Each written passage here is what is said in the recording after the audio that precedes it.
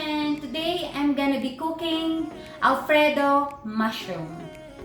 So guys, let's start. Here's the ingredients.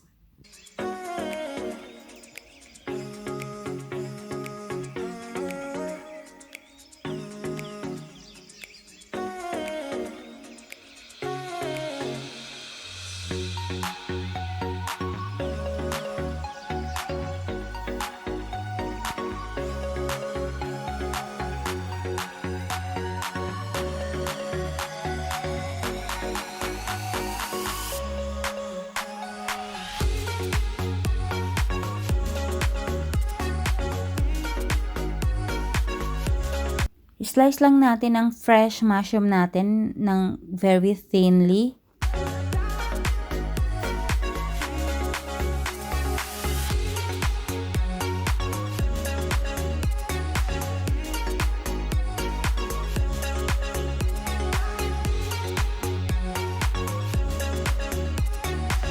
Then I have some leftover ham, 8 pieces. Cut lang natin in a cube.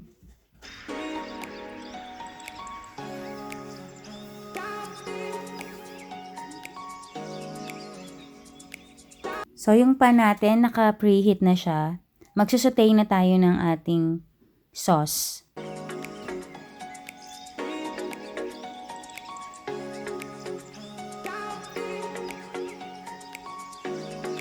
Mag-flush lang ako ng oil.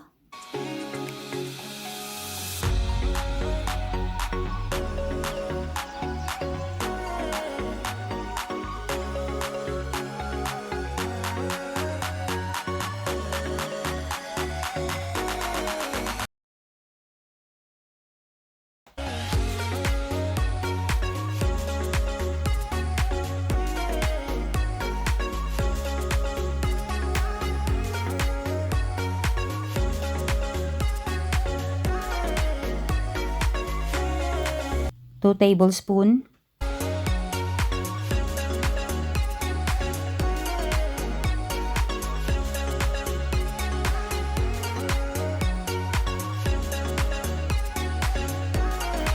Next, onions.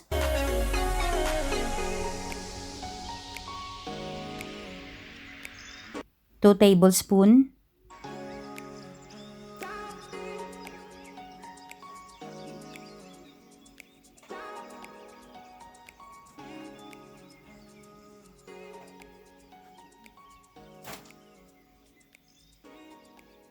One tablespoon of garlic.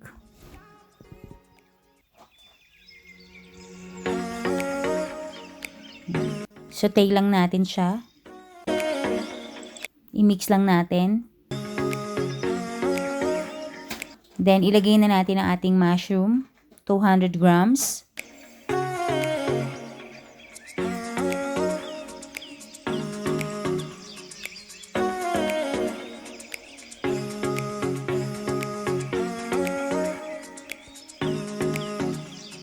Yan. Naluluto na siya.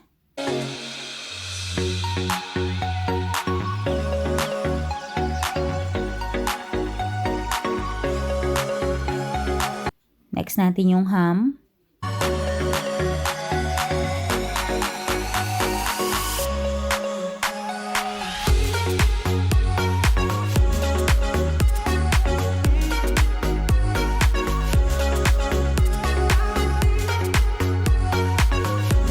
So guys, ilagay na natin ang Alfredo sauce.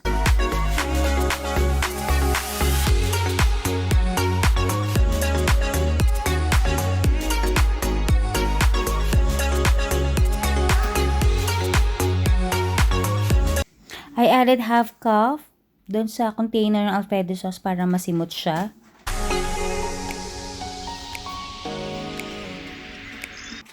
Mix lang natin.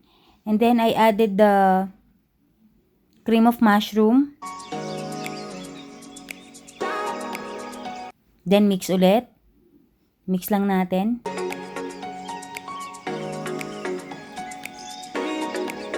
And then add natin yung heavy cream.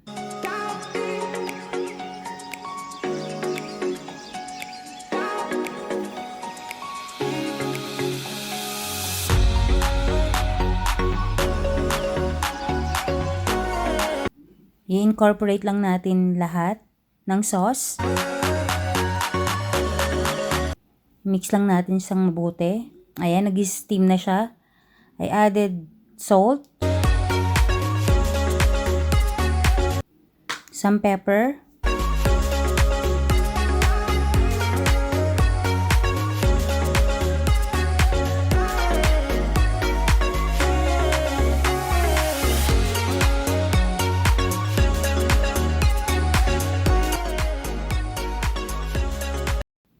and then for the other pan, iluluto natin tong bacon.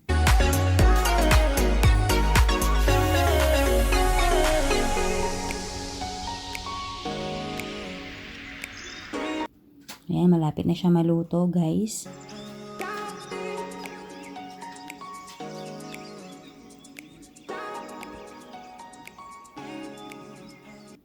Okay, it's getting toasted na.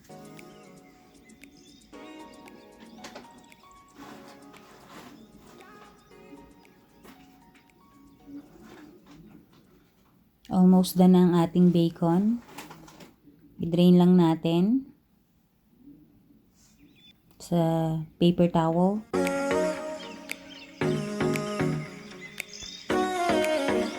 So guys, i-chop na natin ang ating bacon sa food processor. If you don't have, just chop manually. Or blender, pwede rin.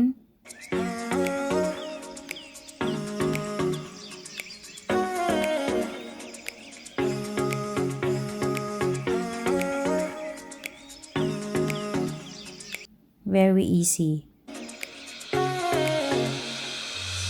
Meron na tayong bacon bits.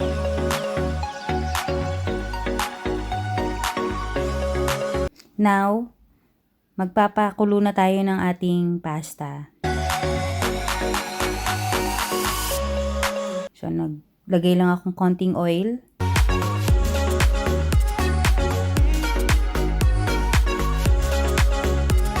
Boiling na ang ating water, almost. Then, some salt.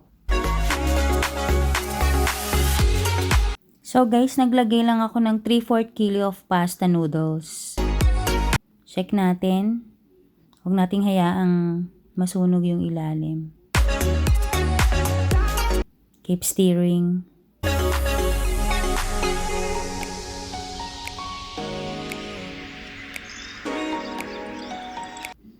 I think our noodles is almost done.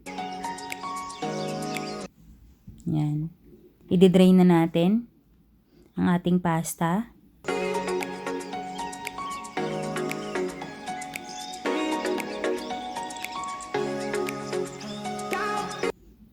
Flash natin ng cold water.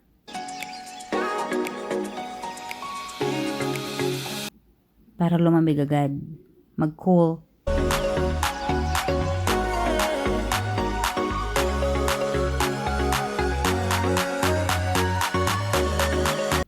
Okay guys, magpi-plating na tayo.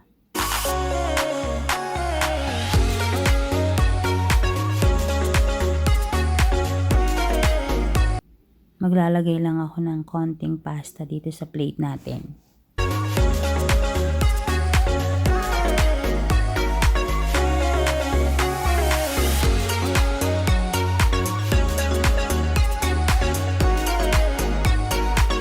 Yan, medyo i-twist lang natin ng konti.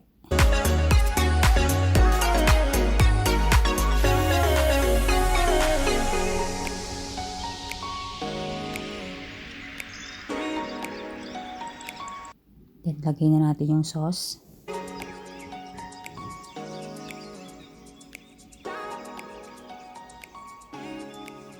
Scatter lang natin.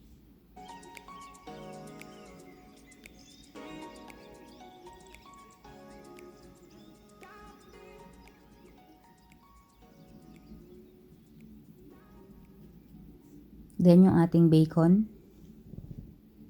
Depende kung gaano kadami yung gusto nyo.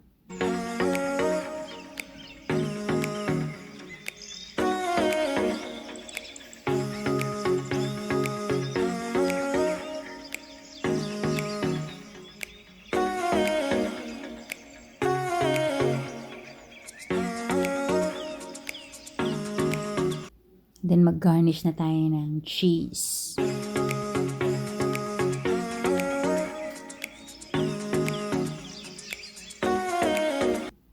Masarap madaming cheese.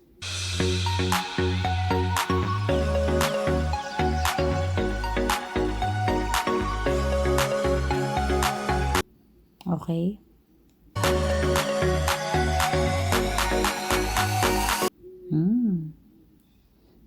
Yummy.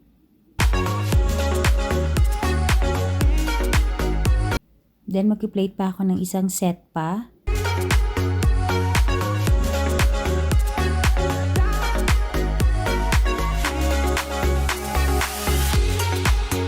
Yun.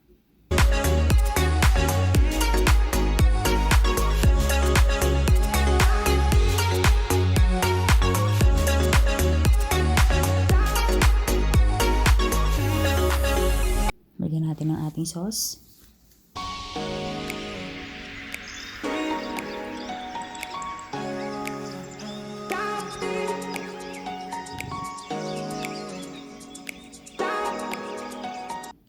Ang ating bacon.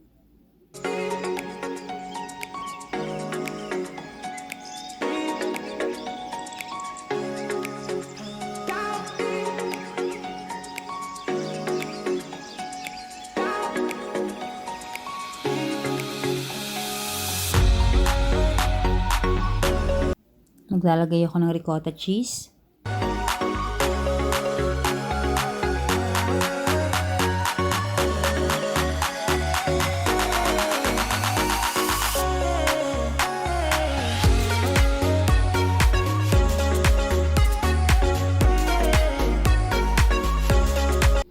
Ricotta cheese ang nilagay ko rito sa isang set. Then magtatap pa ulit ako ng isa pang cheese.